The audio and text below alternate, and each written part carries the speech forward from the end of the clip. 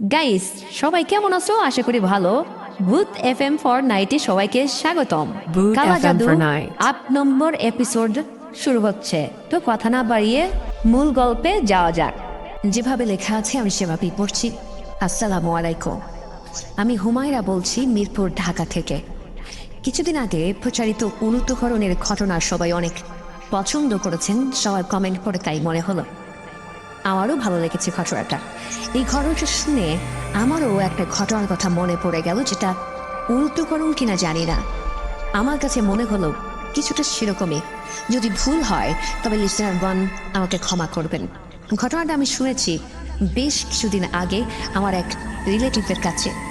আমার সাথে কিংবা আমার রিলেটিভের সাথে ঘটা কোনো ঘটনা নয়, বলতে পারেন থার্ড হ্যান্ড ঘটনা। আসলে যারা ভৌতিক ব্যাপারগুলো বিশ্বাস করে তারা বোধহয় সব জায়গাতেই ভৌতিক কিছু খুঁজে বেড়ায়। আমিও তার ব্যতিক্রম নই। তাই যেখানেই যাই, সুযোগ পেলেই এইরকম ঘটনা শোনার চেষ্টা করি। ঘটনা ঘটেছে যে পরিবারের সাথে, তারা মুসলিম কিন্তু বাঙালি নয়, থাকেন অস্ট্রেলিয়ার সিডনিতে এবং তারা লেবানিজ বংশোদ্ভূত। আপনারা তো জানেন অস্ট্রেলিয়ায় প্রচুর লেবানিজ বসবাস করে। সেরকমই একটা ফ্যামিলি যার সাথে ঘটনাটি ঘটেছে। কথা না বাড়িয়ে চলে যাচ্ছি মূল ঘটনায়। আমার রিলেটিভ যেভাবে বলেছে আমি সেভাবেই শেয়ার করছি।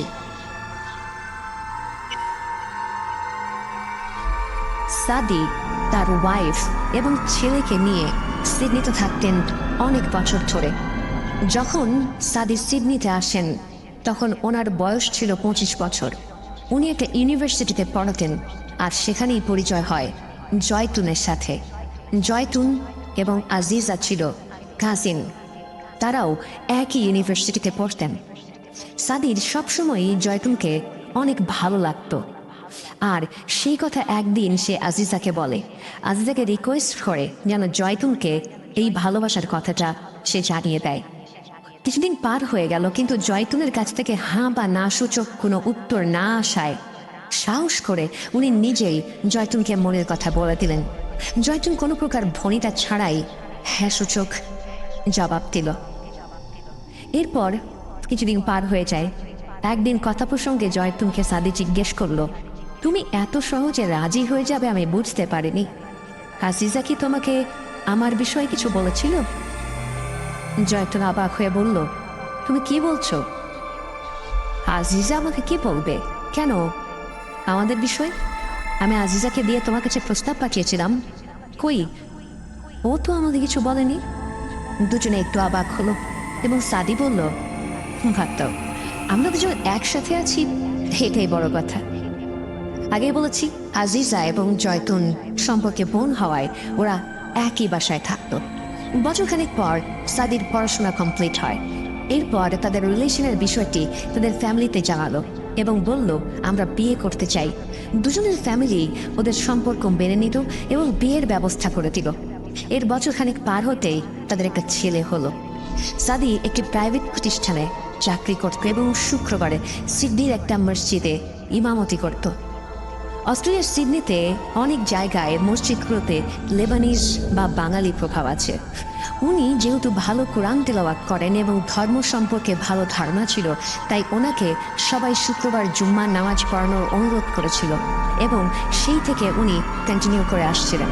ওনার আরও একটি বৈশিষ্ট্য ছিল, যেটা বংশক্রমে পাওয়া জিনে ধরা মানুষের তদবির করতে পারতেন তিনি। উনি প্রফেশনালি করতেন না, কিন্তু মাঝে মাঝে এটা করতেন নিতান্ত কারো অনুরোধ থাকলে, এবং ওনার কিছু আধ্যাত্মিক ক্ষমতা ছিল সে কারণে। সাদি যে অফিসে চাকরি করত সেখানে কোইন্সিডেন্টালি আজিজারও চাকরি হয়ে যায়। চাকরির সুবাদে প্রতিদিনই আজিজার সাথে সাদির দেখা হয়ে যেত। একদিন কথা প্রসঙ্গে সাদি আজিজাকে জিজ্ঞেস করলো, তুমি জয়তুনকে আমার কথা কিছু বলনি? এই কথা শুনে আজিজা রহস্যময় হাসি দিয়ে চলে গেল। সেদিন আর জানা হলো না। পরের দিন শুক্রবার সাদি জুম্মার নামাজ পড়ানোর পর মসজিদ সংলগ্ন কবরস্থানের কাছে এসে বাসায় যান। ওই বাসায় তার পরিচিত একজন গোরখোদক, যিনি কিছুটা অসুস্থ ছিলেন। লিসেনার গোরখোদক সম্পর্কে আগেও আশা করি শুনেছেন, তারপরেও বলি, যিনি কবর খোঁড়ার কাজ করেন তাকে গোরখোদক বলা হয়। এই লোকের নাম ছিল আসগার আলী। তো ঘরের কাছাকাছি যখন পৌঁছান তখন যে অবাক করা বিষয়টা ঘটে সেটা দেখার জন্য আসলে সাদি মোটেও প্রস্তুত ছিলেন Mood না। FM for উনি night. দেখতে পান ওই ঘর থেকে আজিজা বের হয়েছে আর সাদিকে দেখার পর দ্রুত ওই স্থান থেকে চলে যাচ্ছিলেন। কয়েকবার ডাক দেবার সত্ত্বেও আজিজা কোনো রেসপন্স করেনি। আসগরের বাসায় যাওয়াটা অস্বাভাবিক বিষয় না, বিষয়টা হলো ওই লোক সাদির পরিচিত, কিন্তু আজিজা কেন ওই লোকের কাছে গেল? উনি কালো জাদু, জিন, ভূত জাতীয় সমস্যা এবং কবর খোঁড়ার কাজ ছাড়া তো কিছু করেন না। আজিজার বিষয়ে মনে এক প্রকার শঙ্কা নিয়ে সাদি আসগরের বাসায় প্রবেশ করলেন। আসগরকে জিজ্ঞাসা করেন ওই মহিলা কি কারণে এখানে এসেছিল। প্রথমে উনি এ বিষয়ে কিছু বলতে চাননি, পরে অনেক অনুরোধ করার পর একটি কাগজ দেখান। তো সাদি যেহেতু এই বিষয়ে জানেন, তিনি সহজেই বুঝতে পারেন আজিজা কি চাচ্ছে। ভয়ানক বিষয় হচ্ছে ওখানে ওনার নিজের নাম মেনশন করা ছিল এবং মেসেজটি দিয়ে বোঝানো বা চাওয়া হয়েছে যেন তার এবং জয়তুনের সম্পর্ক ভেঙে যায়। বিষয়টি দেখে উনি খুব কষ্ট পান এবং অবাক হন। এরপর উনি আসগরকে অনুরোধ করেন, আপনাকে আজিজা যে টাকা দিয়েছে তার ডাবল টাকা দেব, আপনি এটা করবেন না। আমি আমার স্ত্রীকে অনেক ভালোবাসি। আসগর বলেন, ভাই আপনি আমাকে অনুরোধ করবেন না প্লিজ, আমি এমনিতে এটা করতাম না। আপনার প্রতি আমার অনেক শ্রদ্ধাবোধ আছে। সাদির অভ্যাস ছিল নিয়মিত ডায়েরি লেখা। ডায়েরিতে উনি লিখেছেন, আজ আসগরের বাসায় আজিজাকে দেখে খুব কষ্ট পেলাম। আমি কল্পনাও করিনি ও আমাকে ভালোবাসে, কিন্তু সন্দেহ ছিল, তবে এমন ভয়াবহ কাজ করবে এটা মানতেই পারছিলাম না। ও আমার এবং জয়তুনের সংসার ভেঙে দেবার জন্য ব্ল্যাক ম্যাজিক করার চেষ্টা করছিল। ওর সাথে কাল কথা বলতে হবে। কিছুক্ষণ পর জয়তুন রুমে প্রবেশ করে দেখলো টেবিল ল্যাম্পটি জ্বলছে, কিন্তু সাদি রুমে নেই। এরপর কাছে গিয়ে ল্যাম্পটা বন্ধ করার সময় হঠাৎ চোখে পড়ল খুল রাখা ডায়েরিটা। এরপর সে লেখাটা কৌতূহল বশত পড়ে ফেললো। সেসব কি দেখছে নিজে কন্ট্রোল করতে পারল না জয়তুন। প্রচন্ড রাগ, কষ্ট, ঘৃণা কাজ করছিল তার মনের ভেতর। ওর অভ্যাস ছিল সবকিছু বাবাকে শেয়ার করা, কারণ আসলে ওর বাবা ছাড়া আর কেউ নেই। বাবা শুধু বাবাই নয়, ওর বন্ধু, তাই সে কারণে শেয়ার করে। স্বাভাবিকভাবে জয়তুনের বাবার মনেও প্রচন্ড ক্ষোভের সৃষ্টি হয়। তিনি মনে মনে ভাবতে থাকেন, তুমি আমার মেয়ের ওপর কালো জাদু করেছ, আমি তোমাকে ছাড়বো না, আমি তোমার ওপর কালো জাদু করব। এরপর যেরকম প্ল্যান করেছিল সেরকম বড় একজন তান্ত্রিকের কাছে যান তারা এবং সবকিছু খুলে বলেন। তান্ত্রিক বলল, আপনি ব্ল্যাক ম্যাজিক করতে চান? আপনি যাকে ব্ল্যাক ম্যাজিক করতে চান তার চুল, নখ এবং কিছু ব্যবহৃত জিনিস নিয়ে এসে আমার সাথে দেখা করবেন। এদিকে জয়তুনের অনেক মন খারাপ দেখে ওকে এবং ছেলেকে নিয়ে বাইরে ঘুরতে যায় সাদি। সাদির ডায়েরির বিষয়ে কিছুই জয়তুন জিজ্ঞাসা করেনি, কিন্তু মনে মনে অনেক কষ্ট পাচ্ছিল। রাস্তায় সাদি নিজেই ড্রাইভ করছিল, অনেক জোরে গাড়ি চালাচ্ছিল। কিছু দূর যাওয়ার পর কিছুটা পাহাড় ঘেরা একটা নির্জন রাস্তায় পৌঁছায় তারা। হঠাৎ রাস্তার মাঝখানে একটা কালো ছায়ার মতো তারা দেখতে পেল। ওনার কাছে অবয়বটা আজিজার মতোই মনে হলো। উনি একটু অন্যমনস্ক হয়ে যান, অজান্তেই হাত ব্রেক করেন এবং গাড়ি নিয়ন্ত্রণ হারিয়ে উল্টে যায়। প্রচণ্ড ধাক্কায় উনি বেহুশ হয়ে যান। কিছু সময় পর যখন হুঁশ ফিরে আসে, উনি দেখতে পান তার প্রাণপ্রিয় ছেলে এবং জয়তুন পড়ে আছে রাস্তায় রক্তাক্ত অবস্থায়। এই দৃশ্য দেখে উনি আবার বেহুশ হয়ে পড়ে যান। এরপর ওনার যখন হুঁশ আসে তখন তিনি নিজেকে আবিষ্কার করেন হাসপাতালের বেডে। উদ্বিগ্ন হয়ে সবার কাছে জানতে চান, আমার ছেলে, আমার ওয়াইফ কোথায়? ওনার বাবা জানান, ওরা আর বেঁচে দেয়, তোমাদের মসজিদের কাছে যে কবরস্থান আছে ওখানে দাফন করা হয়েছে। এরপর হসপিটাল থেকে বেরিয়ে বাসায় না গিয়ে কবরস্থানে জানতে নেই এবং স্ত্রীর কবর জিয়ারত করেন। হঠাৎ উনি দেখতে পান ওনার ছেলে ওনার পাশে বসে আছে। আবেগে উনি ছেলেকে জড়িয়ে ধরেন। এমন সময় চোখ পড়ে আসগরের দিকে। আসগর কেমন যেন ভয়ার্ত চোখে তার দিকে তাকিয়েছিল। কাছে ডাকতে আসগর তাকে প্রশ্ন করে, ভাই আপনি কার সাথে কথা বলছেন? উত্তরে সাদি বলেন, কেন, আমার ছেলে। আসগর খুব অবাক হয়ে বলে, আপনার ছেলে তো মারা গেছে, আপনার পাশে তো কেউ নেই, আমি নিজে তার কবর খুঁড়েছি। ভাই আপনার কি হয়েছে? এরপর আসগর সাদিকে প্রশ্ন করেন, আপনি তো এসব বিষয়ে অনেক ধারণা রাখেন, আপনার কি মনে হয় আপনার ছেলে আর ভাবির মৃত্যু কি স্বাভাবিক? আমার কাছে কিন্তু মনে হয় না। আমি আপনাদের পিছনে একটি কালো ছায়া দেখতে পেয়েছিলাম, যেটা ছিল ভাবির। সাদিরও সেই কথাই মনে হচ্ছিল। আসগরের সাথে কথা না বাড়িয়ে উনি বাড়ির দিকে যাচ্ছিলেন আর মনে মনে ভাবছিলেন, তাহলে কি আজিজা অন্য কোনো মাধ্যমে কাজ করিয়েছে, যার ফলে Boot FM আমার for ছেলে night. এবং ওয়াইফ মারা গেল? এদিকে জয়তুনের বাবা পাগল প্রায় তার একমাত্র কন্যা এবং নাতনির বিদায়ে। এবার সে দৃঢ় প্রতিজ্ঞাবদ্ধ হলো আজিজার বিষয়ে, কারণ এবার সে নিশ্চিত এ কাজ আজিজা ছাড়া কেউ করেনি। দুদিন পরেই সে তান্ত্রিকের কাছে তার চাওয়া জিনিসগুলো নিয়ে উপস্থিত হয় আর তাকে জানায় তার মেয়ে অ্যাক্সিডেন্টের ঘটনা। তান্ত্রিক বললেন, এবার কোনো জিন নয়, আপনার মেয়ে কারিনকে দিয়েই ওকে শাস্তি দেওয়াতে পারেন। যদি আপনি আজিজার এই সমস্ত জিনিসগুলো আপনার মেয়ের লাশের মুখের ভেতর দিয়ে সেলাই করে দিতে পারেন, এবং আরও কিছু রিচুয়াল আছে যেগুলো করলে পরে কারিন বসে আসবে। উনি কথা মতো সব কাজ করলেন। সত্যি কথা বলতে, একজন ইনোসেন্ট মানুষ তার আপনজন হারালে কতটা অ্যাগ্রেসিভ হতে পারে তার জলজান্ত প্রমাণ হলো জয়তুনের বাবা। তাই ভয়ঙ্কর কাজ তার মতো মানুষের পক্ষে অনেক কঠিন ছিল, কিন্তু মেয়ের মৃত্যুর প্রতিশোধের কাছে বিষয়টি নিতান্তই নগণ্য ছিল। তান্ত্রিক জয়তুনের বাবাকে বললেন, আপনার সব কাজ শেষ, এখন বাড়ি যেতে পারেন, এখন শুধু অপেক্ষার পালা। কারিনদের সম্পর্কে হয়তো কম বেশি সবাই জানেন। কারিনরা সবসময় অপেক্ষায় থাকে কখন মানুষ তাকে ডাকে এবং নিজের ঈমান নষ্ট করে। কারিনদের কাজই হচ্ছে মানুষকে ধোঁকা দেওয়া। যুগে যুগে কারিনরা ধোঁকা দিয়েছে এবং ভবিষ্যতে পৃথিবী ধ্বংস হওয়া পর্যন্ত তারা মানুষকে ধোঁকা দিয়ে যাবে। এরপর কিছুদিন পার হয়, সাদি কিছুটা স্বাভাবিক হন এবং অফিসে নিয়মিত যাতায়াত শুরু করেন। আজিজার সাথেও দেখা হয়। তিনি ওকে প্রায়ই বলতেন, কাজটা তুমি কেন করলে? আজিজা অবাক হলো আর বলল, কোন কাজ? তুমি কেন জয়তুন এবং আমার ছেলে এত বড় ক্ষতি করলে? বিনিময়ে তুমি কি পেলে? আমাকে কি পাবে বলে মনে হয়? কখনোই না। আজিজা বলল, এগুলো আপনি কি বলছেন? আমি তো কিছুই করিনি। করতে গিয়েছিলাম, কিন্তু আপনাকে দেখে অনেক বেশি লজ্জিত হয়েছিলাম, তাই আর কিছুই করিনি, এবং আসগর ভাইও আমার কিছু জানায়নি। আজিজা মন খারাপ করে অফিস থেকে বাসায় ফিরছিল নিজেই ড্রাইভ করে। ফেরা পথে একটি টানেল পার হতে হয় তার সব সময়।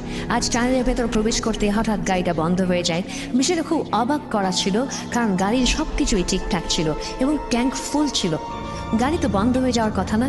এরপর ওনার ফ্রেন্ডকে ফোন করে লোকেশনটা জানালো এবং বলল, আমাকে একটু পিক করতে পারবা?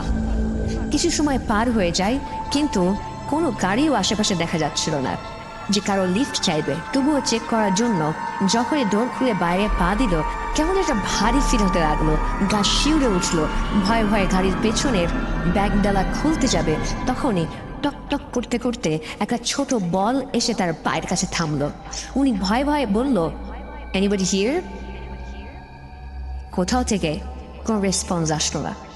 এবার বলটার দিকে তাকালো এবং বোঝার চেষ্টা করলো বলটা কেমন যেন পরিচিত লাগছে। মনে পড়লো, এটা তো জয়তুনের ছেলের বল। এটা এখানে কিভাবে আসলো? তৎক্ষণাৎ তার পায়ের আওয়াজ পেতেই মুখ তুলে তাকাতেই দেখতে পেল জয়তুনের ছেলেকে। তার সেই সুন্দর মুখটা থ্যাতলানো অবস্থায় গুটি গুটি পায়ে এগিয়ে আসছে তার দিকে। উহ, কি ভয়ঙ্কর দৃশ্য! কোনো কিছু না ভেবে এক দৌড়ে গাড়িতে এসে দরজা লাগিয়ে দিল এবং ভয়ে কাঁপতে লাগলো এবং বলতে লাগলো, এটা আমি কি দেখলাম? হে আল্লাহ, আমাকে ক্ষমা করো। যা দোয়া যায় সব পড়তে শুরু করলো এবং দোয়া পড়তে পড়তে অজ্ঞান হয়ে পড়লো। এরপর ওনার বন্ধু এসে ওনাকে সেখান থেকে উদ্ধার করে সেন্সলেস অবস্থায়। আসলে এরকম সিচুয়েশনে না পড়লে ব্যাপারটা কতটা ভয়ঙ্কর সেটা বোঝা মুশকিল। ওই দিন থেকে এরকম ইনসিডেন্টস তার সাথে সবসময় ঘটতেই লাগলো, যা তাকে আস্তে আস্তে মানসিকভাবে বিপর্যস্ত করে ফেললো। সবসময় তার আশেপাশে জয়তুন বা তার ছেলেকে দেখতে পেত। সে সবসময় শুধু একা একা চিৎকার করে বলতো, জয়তুন, আমি তোর কোনো ক্ষতি করিনি, আমাকে ছেড়ে দে। আস্তে আস্তে আজিজা তার মানসিক ভারসাম্য হারিয়ে ফেলে এবং জয়তুনের বাবাকে বা আশেপাশে যেই আসতো তাকে আঘাত করত, এমনকি মাঝে মাঝে কামড়ে দিত। অফিস যাওয়া বন্ধ করে দিয়েছে অনেকদিন আগেই। একসময় তার চাকরি চলে যায়। সাথে কিছুই জানে না কি হয়েছে আজিজার। সে ফোন করে তার শ্বশুরকে আজিজার খবর জানায়, শত হলেও তার স্ত্রীর কাজিন এবং কলিগ। জয়তুনের বাবা জানায় তার করুণ অবস্থার কথা। শুনে সাদি আজিজাকে দেখতে যায়। এ কি হয়েছে? এ কোন আজিজা? এত ভয়ানক লাগছে কেন? তাকে দেখে যে কেউ আঁতকে উঠবে। সাদির যেহেতু এইসব বিষয়ে পূর্ব ধারণা আছে, তাই সে সহজেই বুঝে যায় কি সমস্যা। এটা যে কোনো শারীরিক অসুস্থতা নয় সেটা তার কাছে স্পষ্ট। তার উপর কালো জাদু করা হয়েছে। ওই দিন সে বাসায় ফিরে আসে, আর পরের দিন সে আসগরকে নিয়ে ওর কাছে যায়। সাদি দোয়া পড়ে জিন হাজির করে। জিন জানায় কি হয়েছে বিষয়টা, তার উপর কারিন চালান করা হয়েছে। কারিন কে চালান করেছে এটা জিন স্পষ্টভাবে না বলেই চলে যায়, তবে যাওয়ার সময় বলে যায় যে করেছে সে তোমাদের এই ঘরেই আছে। সবকিছুই দেখছিলেন জয়তনের বাবা। তার মনে খুব অপরাধ বোধ হতে থাকে, কিন্তু কিছুই বলেন না। এদিকে সাদি কনফিউজড হয়ে যায় এবং আসগারকে প্রশ্ন করে, তুমি করেছো এই কাজ? কে তোমাকে দিয়ে করিয়েছে? আসগার পুরো অবাক হয়ে যায় এবং বলে, এইগুলো আপনি আমাকে কি বলছেন? আমি যদি করতাম তাহলে কি আপনার সাথে আসতাম? দুজনের বাক বিতণ্ডা দেখে জয়তনের বাবা বলেন, তোমরা থামো, আমি বলছি। ওর ওপর কালো জাদু আমি করেছি। তুমি ডায়েরিতে কি লিখেছিলে মনে হচ্ছে? ওই লেখাটা জয়তুন পড়েছিল এবং আমাকে জানিয়েছিল। এরপর জয়তুন মারা যায়। আমার পুরোপুরি ধারণা ছিল আজিজা ওর ওপর কালো জাদু করেছে, তাই ওভাবে মারা গিয়েছে। সাদি বলল, আপনার ধারণা পুরোপুরি ভুল ছিল। জয়তুনের ওপর কালো জাদু আজিজা করেনি। এরপর জয়তুনের বাবা নিজের ভুল বুঝতে পারে আর সেই তান্ত্রিকের কাছে যায় জাদু সরিয়ে নেওয়ার জন্য। কিন্তু তান্ত্রিক জানায় এখন আর কোনো উপায় নেই। কারিন তাকে পুরোপুরি ক্যাপচার করে ফেলেছে, আর সরানো সম্ভব না। এরপর আজিজার পাগলামির মাত্রা বেড়ে যেতে থাকে এবং তাকে সিডনিতে একটি মানসিক হাসপাতালে ভর্তি করিয়ে দেওয়া হয়। জানা যায় ওখান থেকে কোনো এক রাতে সবার চোখকে ফাঁকি দিয়ে আজিজা কোথাও চলে গেছে। ঘটনার এন্ডিংটা সবসময় আনন্দের হয় না। এটারও তাই, কালো জাদু যে সবসময় মানুষের জীবন তছনছ করে দেয় এখানেও তার ব্যতিক্রম নয়। সব রহস্যের উত্তর পাওয়া গেলেও একটা রহস্যের জট অজানাই রয়ে গেল। সেটা হলো, কেনই বা সাদি ওই দিন রাস্তায় আজিজাকে দেখতে পেয়েছিল? জয়তুনের অ্যাক্সিডেন্টটা কি স্বাভাবিক ছিল, নাকি তার ওপর কালো জাদু করা হয়েছিল? যদি করা হয়েই থাকে তাহলে কে করেছে? এই প্রশ্নটা লিসেনারদের কাছে ছুড়ে দিলাম।